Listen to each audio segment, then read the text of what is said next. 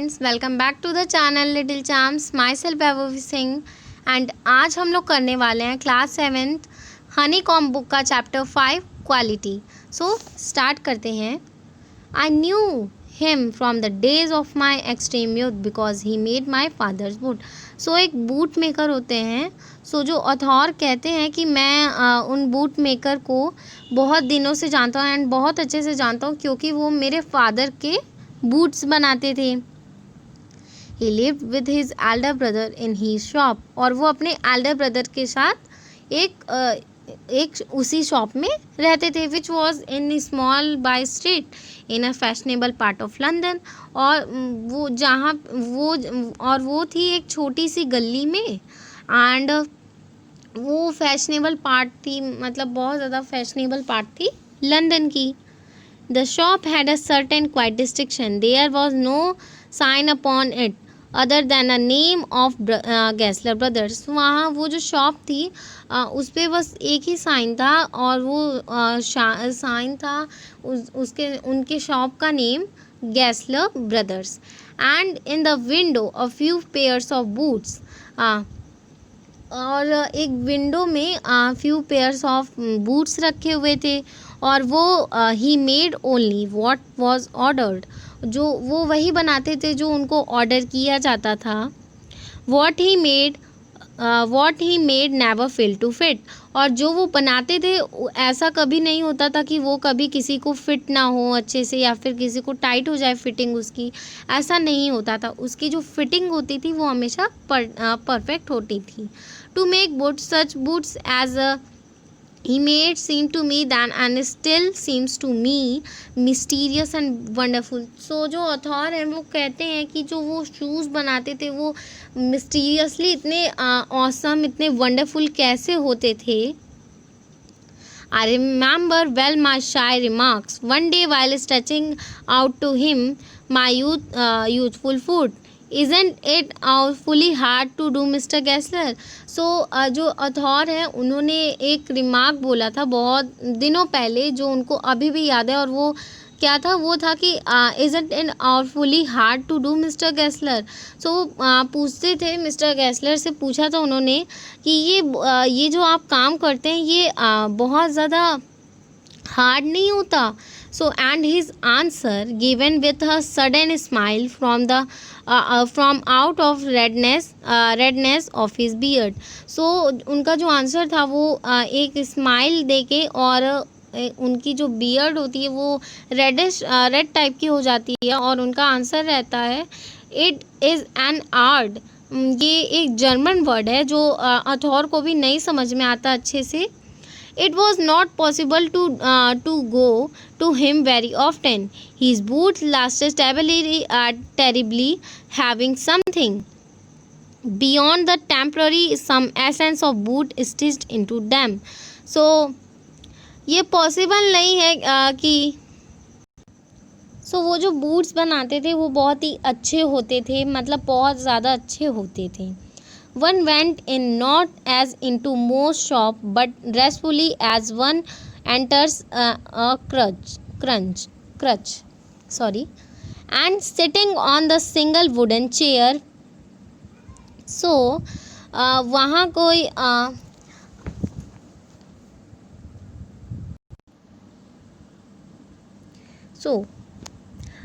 इसका मतलब यही है कि वहाँ कोई आए या ना आए लेकिन वहाँ जो भी आ सकता था मतलब बहुत ही शांति से रेस्टफुली बैठ सकता था, जैसे कोई चर्च में रेस्टफुली बैठता है। और वहाँ पे एक सिंगल वुडन चेयर थी और वहाँ बैठ के आप वेट कर सकते हो। अ गर्चल sound and the tip tap of his slippers beating the narrow wooden stairs and he would stand before one without coat।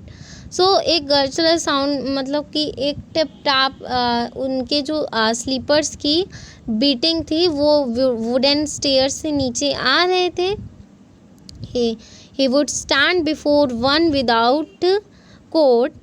so वो बिना कोट के खड़े थे and a little bent in leather apron with the sleeves turned back blinking as if of from some dream of boots. So जो वो पहने हुए थे एक लेदर की एप्रन, और उनकी जो स्लीव्स थी, शर्ट की जो स्लीव्स थी वो लाइक फोल्डेड थी। एंड वो मतलब उनको देख के ऐसा लग रहा था कि लाइक वो अभी सो के उठे एंड वो अपने ड्रीम में देख रहे हैं कि वो अपने ड्रीम में बूट्स बना रहे हैं। And I would say, how do you do Mister Gessler, could you make me a pair of Russian leather boots. So जो अथॉर होते हैं कि क्या बोलते हैं कि क्या हाँ मिस्टर गैसलर आप ये कैसे कर लेते हैं कि आप मेरे लिए एक रसियन लेदर के पेयर ऑफ रसियन लेदर के बूट्स बना देंगे। So without a word he would leave me retiring whence he came or into the other portion of the shop, and I would continue to rest in the wooden chair inhaling an incense of his trade. सो वो बिना एक word बोले वो वहाँ से चले गए और वो मतलब अदर पोर्शन शॉप के दूसरे पोर्शन में चले गए। एंड वो जो अथॉर थे वो कंटिन्यू किए अपना रेस्ट, मतलब वुडन चेयर पे बैठ के रेस्ट करने लगे, इनहेलिंग एंड इनहेज करने लगे वो tree. Soon he would come back holding in his hand a piece of golden brown leather. So बहुत जल्दी वो आए और मतलब अपने हैंड में एक गोल्डन ब्राउन लेदर का पीस लिए। With eyes fixed on it he would remark. So मतलब उनके ऊपर एक गोल्ड ब्राउन कलर का लेदर लेकर आए वो। एंड मतलब उनकी आइज़ अथॉर के ऊपर फिक्स थी कि अथॉर उसको देखकर कुछ रिमार्क देंगे। What a beautiful piece when I too had admired it. So ये वर्ड जो है आपका इसका बेसिकली मीनिंग यही है, what a beautiful piece. So when I too admire it he would speak again, when do you want them. So मैं इन्हें तो अथॉर कहते हैं कि मुझे यही चाहिए, तो अथॉर बोले कि when do you want them. So want ये थोड़ा सा जर्मन वर्ड में लिखा है, सो वॉन्ट होगा, वॉन्ट दैम ही है इसका मतलब। And I would answer oh as soon as you conveniently can. So author कहते हैं कि जल्द से जल्द जितने जल्दी आप बना सकते हैं। And he would say tomorrow fortnight, or if he were his elder brother I will ask my brother. So वो कहे कि मैं तुम्हें कल फॉर नाइट। सो और वो अपने एल्डर ब्रदर से भी पूछ लेंगे। So I will ask my burden, नहीं ये उसमें ही लिखा है जर्मन वर्ड में, मीनिंग इसकी होगी ब्रदर ही।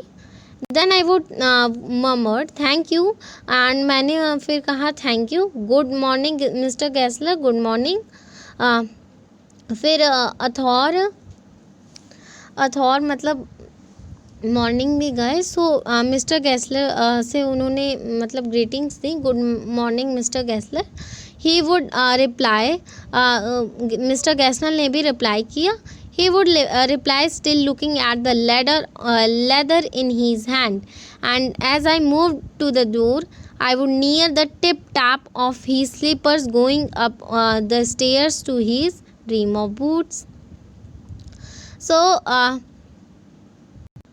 एंड जो उनके हाथ का लेदर था वो देते हुए अथॉर के हाथ में देते हुए वो मतलब चले गए डोर के बाहर, मतलब रूम के बाहर चले गए। और उनकी जो स्लीपर की आवाज़ थी टिप टैप, वो जैसे कि वुडन स्टेयर्स पे जा रहे हैं वैसी आवाज़ आ रही थी। I cannot forget that day on which I had occasion to say him, Mr. Gessler, the last pair of boots creaked, you know. तो मिस्टर गैसलर वही कह रहे अथॉर वही कह रहे हैं कि मैं वो दिन को नहीं भूल सकता जिस दिन जो ओकेज़न जिस दिन मैंने मिस्टर गैसलर से कहा था कि जो बूट्स के पेयर थे वो जो आपने दिए हैं उसमें थोड़ी सी खराबी है, वो बूट्स जो हैं वो थोड़े ख़राब हो गए हैं। So he looked at me for a time without replying. तो वो जो मिस्टर गैसलर थे वो अथॉर की तरफ देखते हैं और उनके तरफ देखते हैं विदाउट रिप्लाई किए बिना, as if expecting me to withdraw or qualify the statement. Then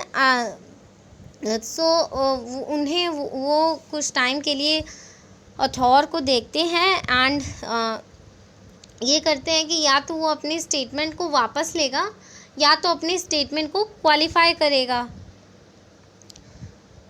then he said, I shouldn't get away greed. It did, I am afraid.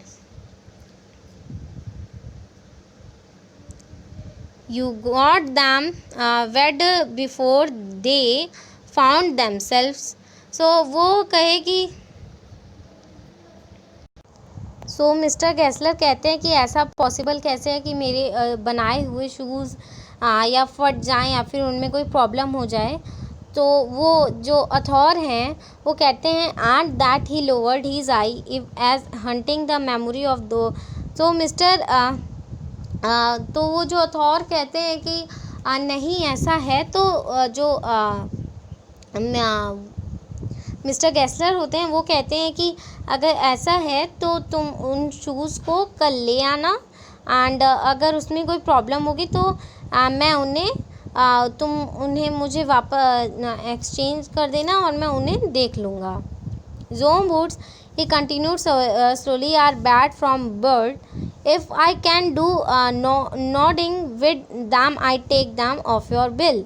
और अगर वो जो बूट्स हैं अगर वो सही नहीं हो पाए तो मैं उन्हें तुमसे जो बिल में मैंने उनके जो मनी उसका जो भी पेमेंट होता है वो मैं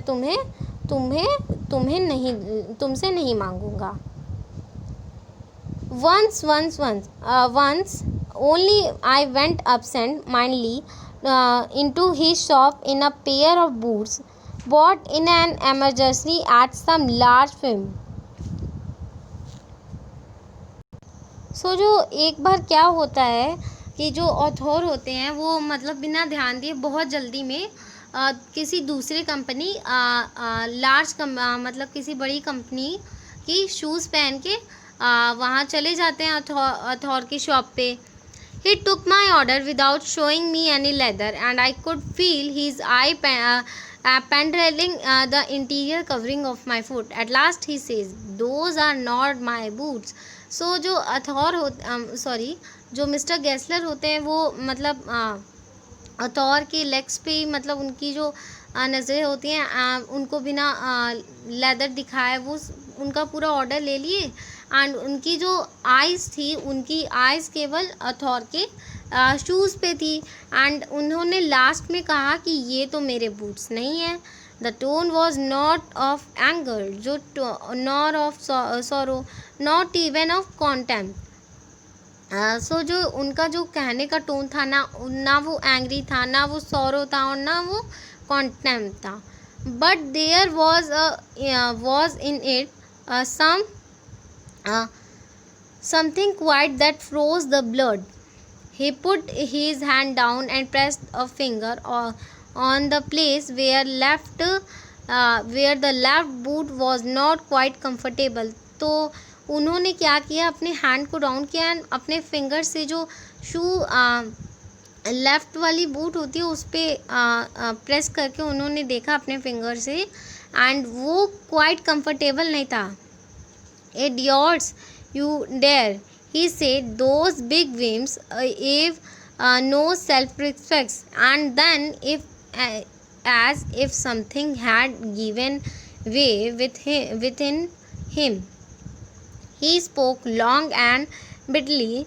It was the only time I ever heard him discuss the conditions and hardship of his trade. And तो वही मिस्टर गेस्लर वही कहने लगते हैं कि ये जो शूज़ होते हैं उनको अपने काम की कोई रिस्पेक्ट नहीं होती, उनकी खुद की कोई सेल्फ रिस्पेक्ट नहीं होती। ये लोग बस पैसे कमाने के उससे केवल शूज़ बनाते हैं एंड वो शूज़ को नहीं देखते कि वो कंफर्टेबल हैं या नहीं, बस उन्हें एक्सपेंसिव प्राइजेस में बेचते हैं। They get it all, he said, they get it by advertisement not by work। और ये जो पूरी उनकी जो सेलिंग होती है वो सब बस एक एडवर्टाइजमेंट की वजह से होती है, ना कि किसी काम करने की वजह से, ना मेहनत करने की वजह से। they take it away from us who loaf our boots, it goes to desperately, I have no work, if have no work, every year I'd get less। सो मतलब मिस्टर गेस्लर यही कहते हैं कि अगर ये लोग ऐसे ही करते रहेंगे तो हम लोगों की जो शॉप है वो कैसे चलेगी, हम लोगों का तो लॉस होता रहेगा। मतलब उनकी पूरी बुराई करने लगते हैं बहुत ज़्यादा। वो लोग बिल्कुल भी स्ट्रगल नहीं करते, मतलब यही सब उनके बारे में कहने लगते हैं। Looking at his line face I saw things I had never notice before, bitter things and bitter struggle and what a lot of grey hairs there screamed suddenly in his red beard। और मतलब जो author होते हैं कि वो देखने लगते हैं कि उनके लाइन फेस, मतलब उनके फेस पे बहुत ज़्यादा लाइंस आने लगती हैं। वो बहुत ज़्यादा मतलब उन्होंने अथॉर ने मिस्टर गेस्लर को कभी भी ऐसा नहीं देखा था। वो बहुत ज़्यादा मतलब, और उनके जो ग्रे हेयर्स हैं वो सडनली स्क्रीम्ड हो गए और वो उनकी रेड बियर्ड में स्क्रीम हो गए। As best I could explain the circumstances of those ill-omened boots, but his face and voice made so deep an impression that during the next few minutes I ordered many pairs। So मतलब यही उन्होंने उनको समझाया and उनकी जो voice थी बहुत ज़्यादा डीप हो गई इम्प्रेशन में। और वो जो अथॉर है कुछ मिनट बाद वो बहुत सारे पेयर्स, शूज़ के बहुत सारे पेयर्स को ऑर्डर करने लगे। They lasted longer than ever, मतलब बहुत ज़्यादा इतने सारे ऑर्डर करने लगे। And I was not able to go to him nearly for 2 years। और मतलब वो एबल नहीं थे उनके पास जाने के लिए 2 years के लिए। It was many months before my next visit to his shop, मतलब ये बहुत ज़्यादा मंथ्स हो गए थे उनके शॉप पे विज़िट किए हुए। This time it appeared to be his elder brother, मतलब फिर उन्होंने वो कई मंथ्स बाद गए तो इस टाइम जो